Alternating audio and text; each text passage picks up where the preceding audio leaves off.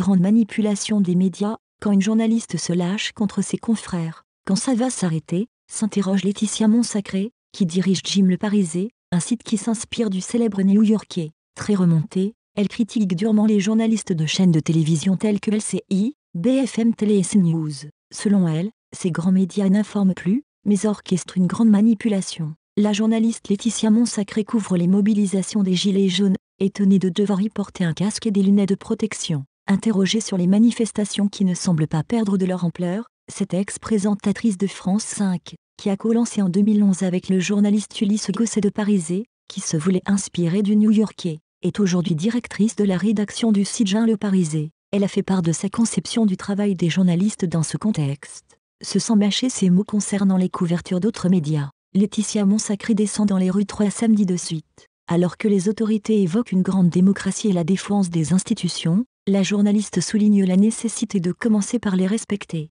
Quand on parle au nom de la France, on a des devoirs, fustige-t-elle. En guise d'exemple, elle prend le sujet des bavures policières, nombreuses, mais sans aucune réponse du ministère de la Police, en quoi, selon elle, s'est récemment transformé le ministère de l'Intérieur. Voici une vidéo d'une journaliste qui ose dire tout.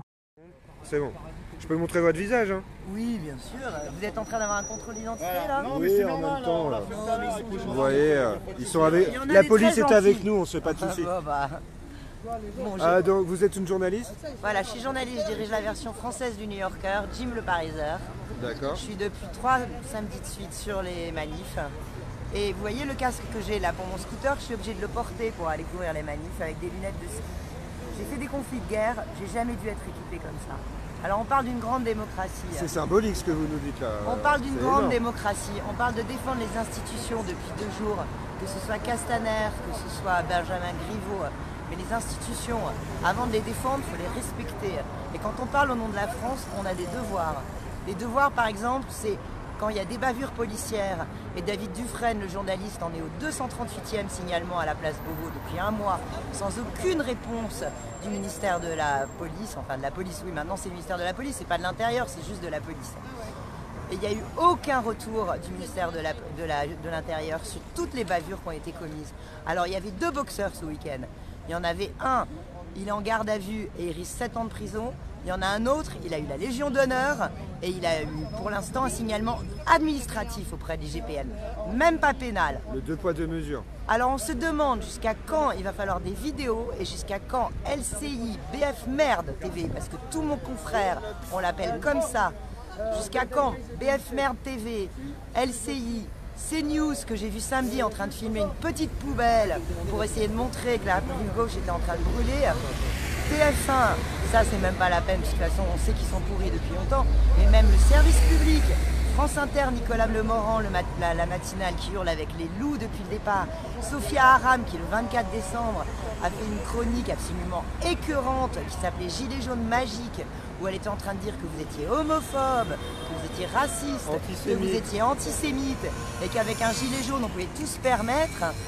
Quand ça va s'arrêter? Parce que nous les journalistes, moi j'ai 22 ans de journaliste derrière moi, j'ai une carte de presse et j'ai honte de mes confrères, j'ai honte de ce que j'appelle la grande manipulation, ce que j'ai mis sur mon site internet qui s'appelle Jim Le Pariseur. Là je me fais de la pub. Allez-y, allez-y. Ça s'appelle la grande manipulation. Parce qu'aujourd'hui on n'informe plus, on fait de la fabrique d'information.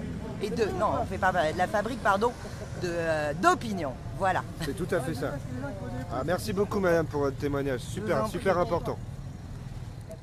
Il n'y a eu aucun retour du ministère de l'Intérieur sur toutes les bavures qui ont été commises. Alors il y avait 2 boxeurs ce week-end, il y en avait, un est en garde à vue et il risque 7 ans en prison, et il y a un autre, il a eu la Légion d'honneur et pour l'instant un signalement administratif auprès des GPM, même pas pénal, poursuit Madame Montsacré. Alors, on se demande jusqu'à quand il va falloir des vidéos et jusqu'à quand LCI, BF Merde Télé parce tous nos confrères l'appellent comme ça. C'est News que j'ai vu samedi en train de filmer une petite poubelle pour essayer de montrer que la rive gauche était en train de brûler. TF1, ça c'est même pas la peine. De toute façon on sait qu'ils sont pourris depuis longtemps et même le service public, France Inter, énumère la journaliste, se rappelant notamment d'une chronique écœurante de Sophie Aram le 24 décembre, Gilets jaunes magiques, où elle était en train de dire que vous étiez homophobe, raciste, antisémite et qu'avec un gilet jaune on pouvait tout se permettre. Quand ça va s'arrêter, lance-t-elle. J'ai honte de mes confrères. J'ai honte de ce que j'appelle la grande manipulation, Parce qu'aujourd'hui on n'informe plus, on fait de la fabrique d'opinion,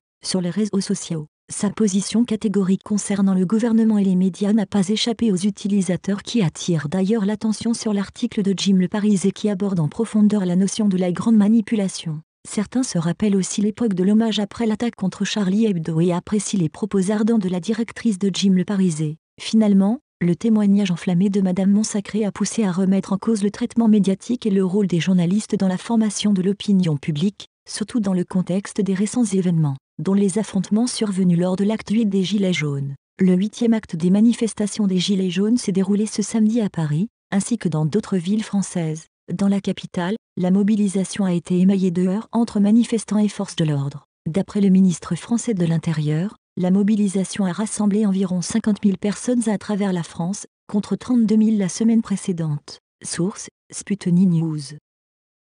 Merci de nous avoir suivis. N'hésitez pas à vous abonner et à lâcher un pouce bleu.